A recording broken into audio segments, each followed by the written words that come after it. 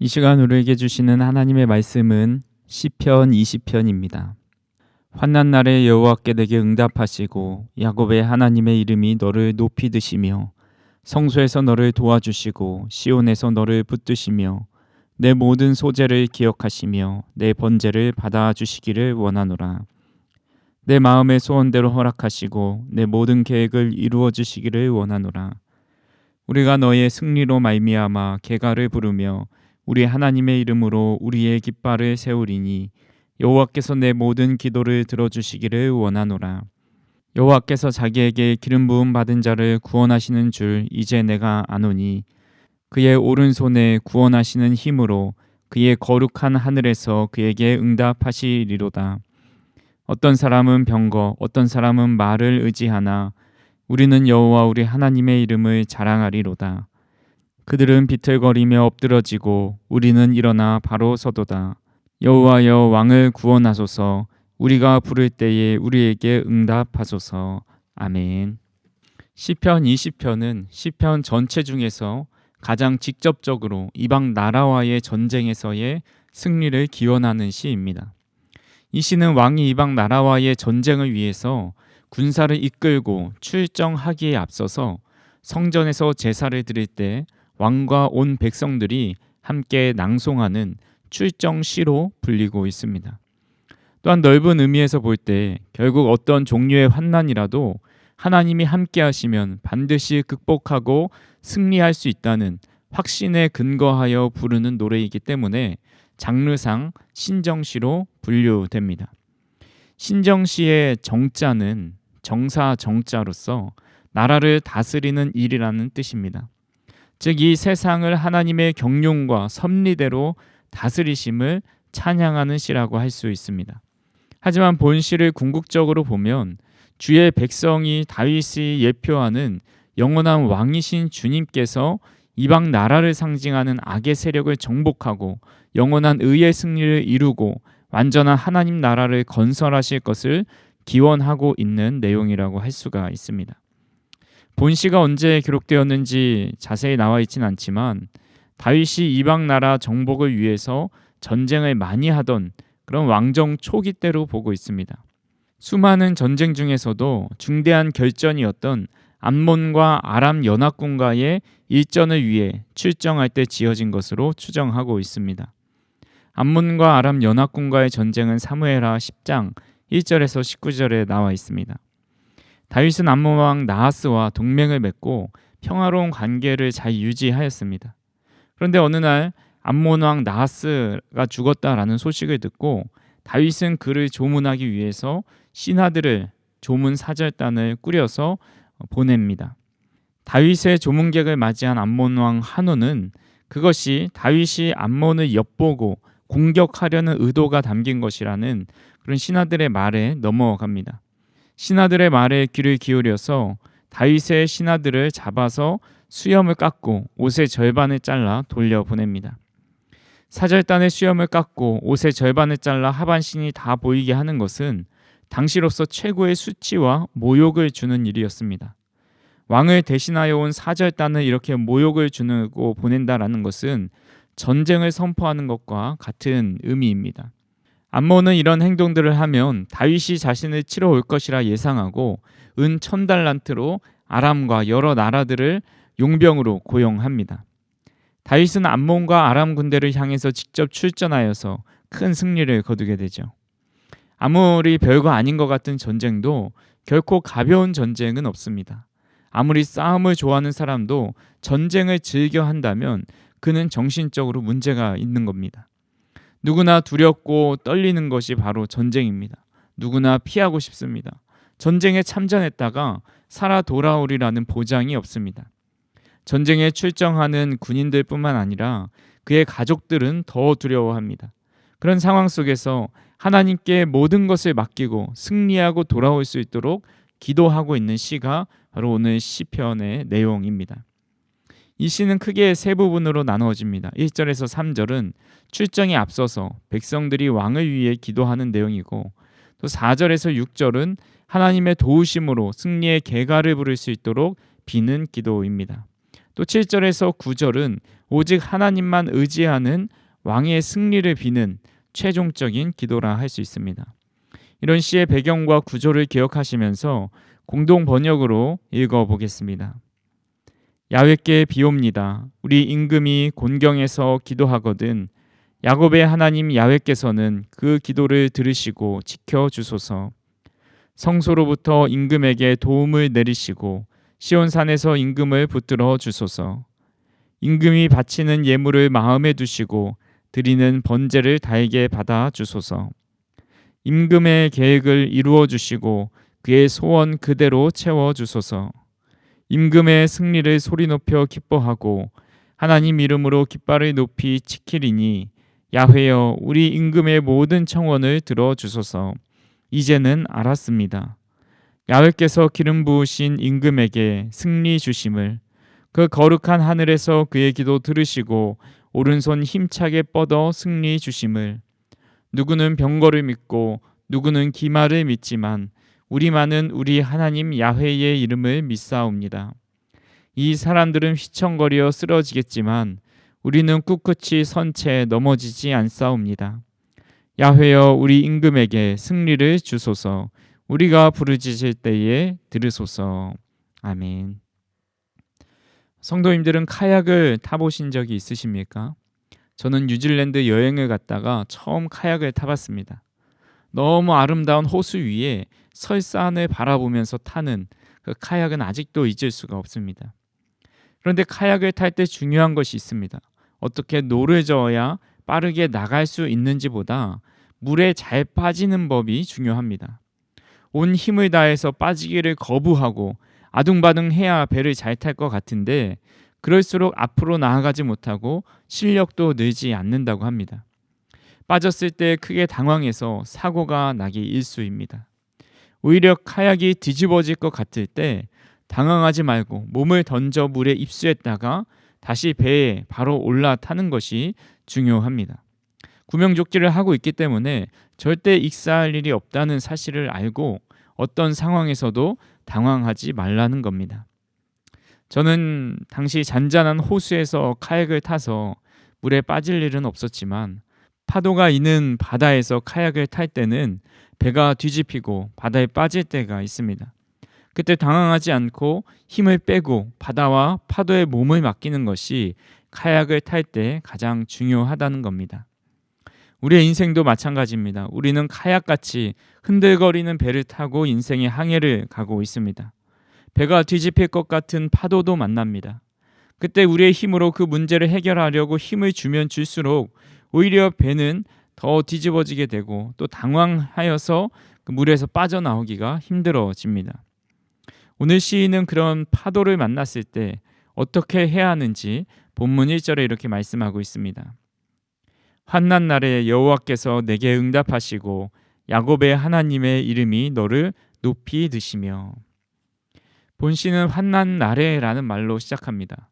큰 파도를 만났을 때, 고난과 어려움이 찾아왔을 때라는 말입니다. 당시 다윗은 한 나라와의 전쟁도 긴장해 되고 또 국가의 위기인데 이방 나라 연합군과의 전쟁을 앞두고 있습니다. 특히 암몬이 아람과 주변 국가를 용병으로 고용했습니다. 용병은 말 그대로 전쟁 전문가입니다. 그들은 전쟁을 위해서 훈련된 전쟁광이었습니다. 그렇게 위험을 떨치고 있는 암몬 아람 연합군과의 전쟁은 국가적 위기 상황에 놓인 겁니다. 그런 국가적 위기 상황 속에서 다윗은 무엇을 하였습니까? 바로 기도입니다. 환난 날에 여호와께서 내게 응답하신다라고 했습니다. 또한 6절 중반부에 보시면 그의 오른손에 구원하는 힘으로 그의 거룩한 하늘에서 그에게 응답하시리로다 말씀하고 있습니다. 그리고 9절에서도 응답하신다고 말씀하시죠. 여호와여 왕을 구원하소서. 우리가 부를 때에 우리에게 응답하소서. 응답한다라는 말이 이 본시에서 3번이나 등장합니다. 이 말의 사전적 의미는 어떤 것에 의하여 답하는 것, 또 대답이라는 뜻을 가지고 있습니다. 즉 하나님께서 응답하셨다는 것은 다윗이 환난 날에 하나님을 부르고 하나님께 기도했다라는 겁니다.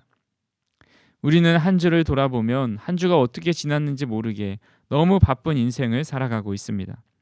집안일을 해야 하고요. 자녀를 돌봐야 하고요. 지인들을 만나야 하죠.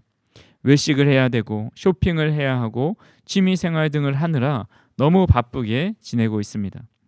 그래서 기도하는 일은 우선순위 목록의 맨 밑에 있을 때가 많이 있습니다. 노아의 시대 사람들도 그랬습니다. 그들의 최우선순위는 먹고 마시고 사고 팔고 결혼하고 자기의 일을 하는 것이었습니다. 그들은 임박한 심판 앞에서도 자신만의 이익을 위해서 살아갔습니다. 다윗은 성경에서 손에 꼽히는 기도의 사람입니다. 다윗은 늘 하나님께 기도하며 살았습니다. 다윗은 아침에도 기도하였고요.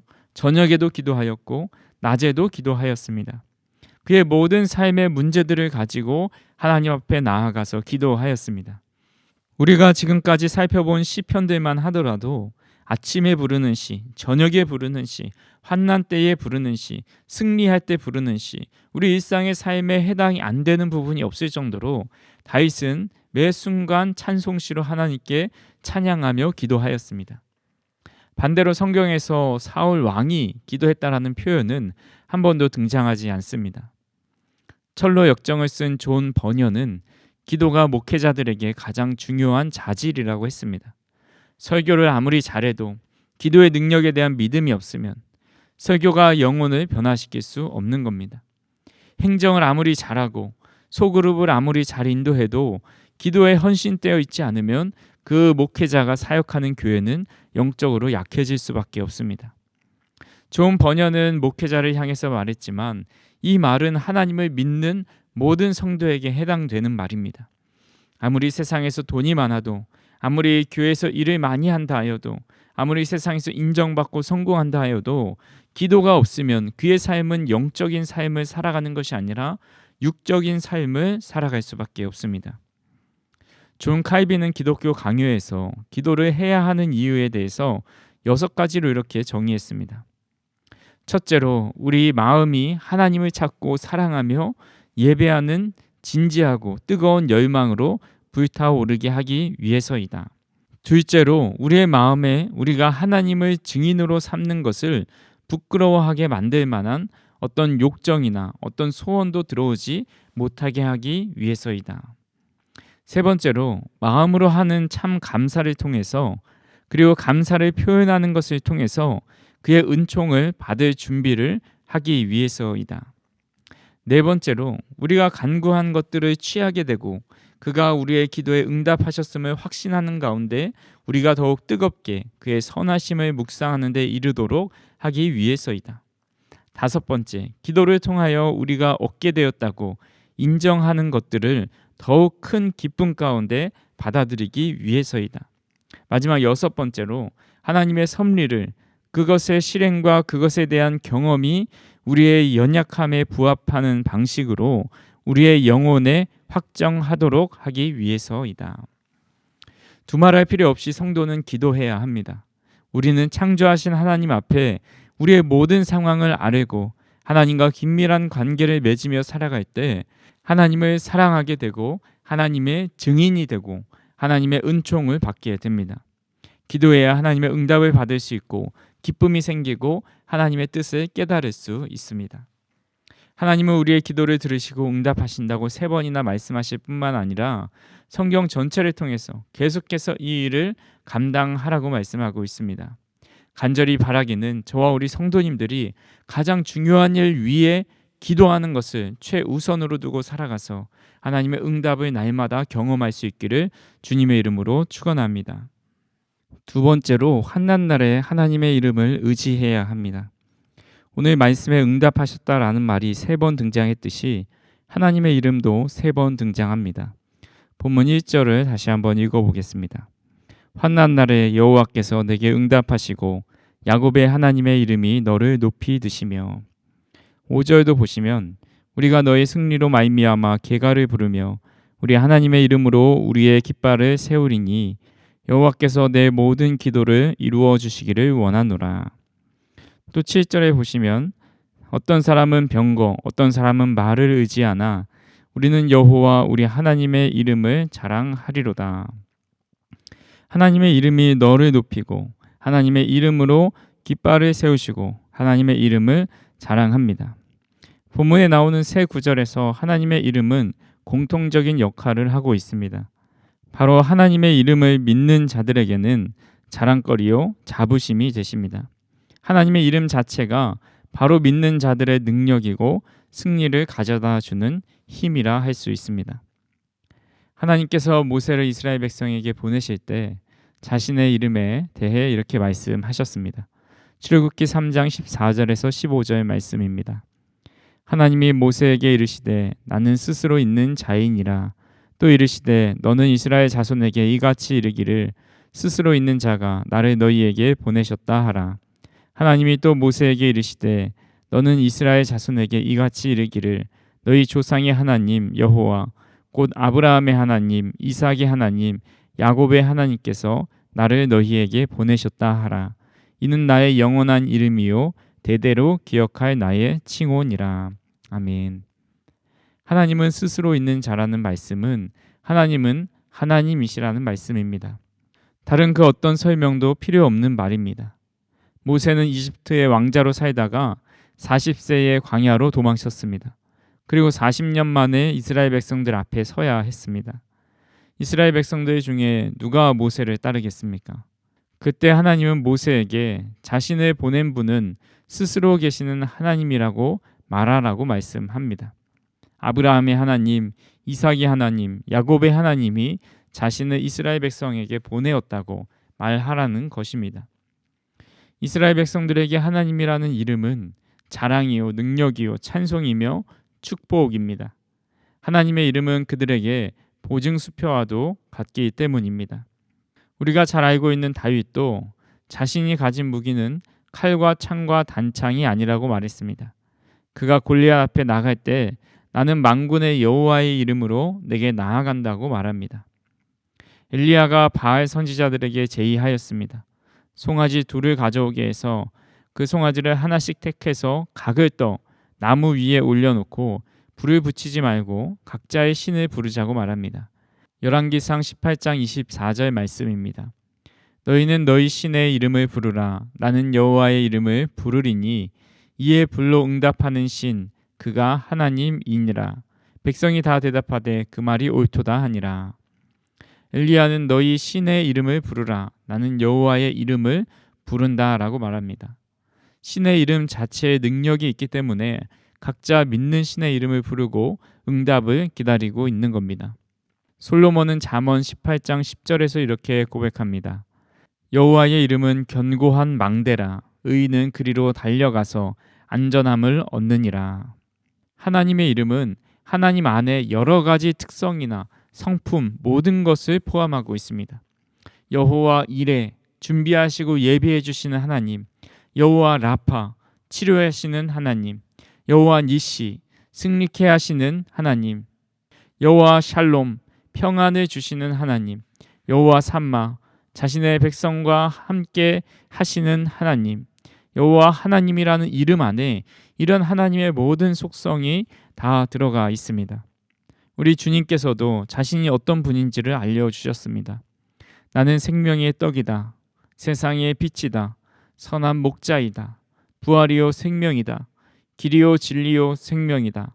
참 포도나무다. 알페와 오메가다. 나는 빛나는 새벽별이다. 하나님의 이름을 하나로 정의할 수 없기에 전능한 것입니다.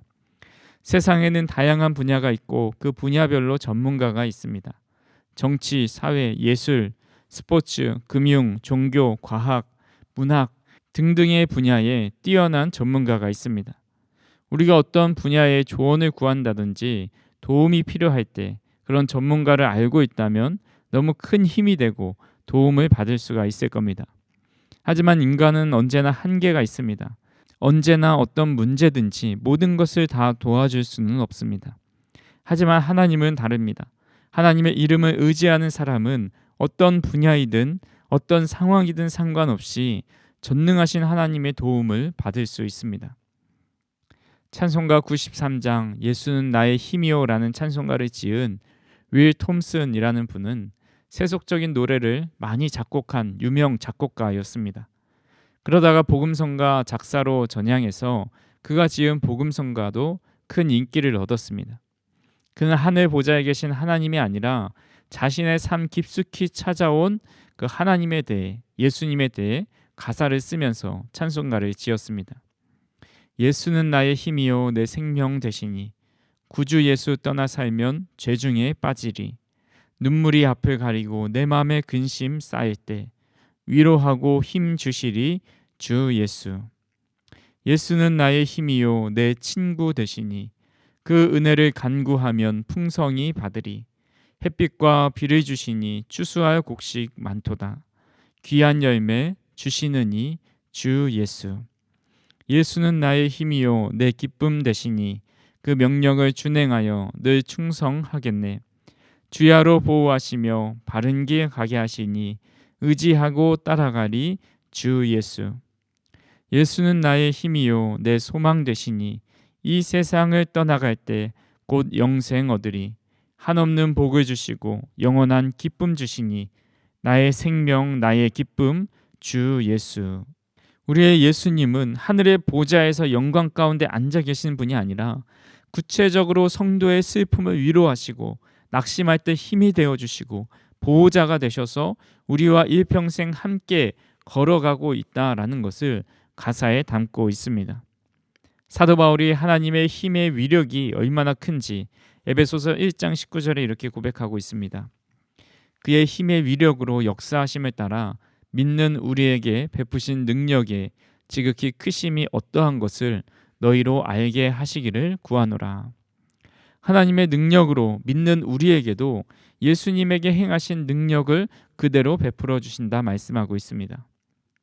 사람은 연약하기에 어려운 일이 있을 때 자기 자신이 아닌 다른 무언가를 신뢰하고 의지할 수밖에 없습니다.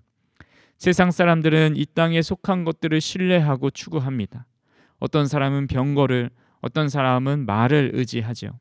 하지만 성도들은 이런 것을 가지고 있든지 가지고 있지 않든지 오직 여호와 우리 하나님의 이름을 자랑하고 하나님의 이름만 의지해야 합니다. 간절히 바라기는 하나님의 이름을 온전히 의지하여서 그 이름의 능력이 저와 우리 성도님들의 삶 가운데 나타날 수 있기를 주님의 이름으로 축원합니다.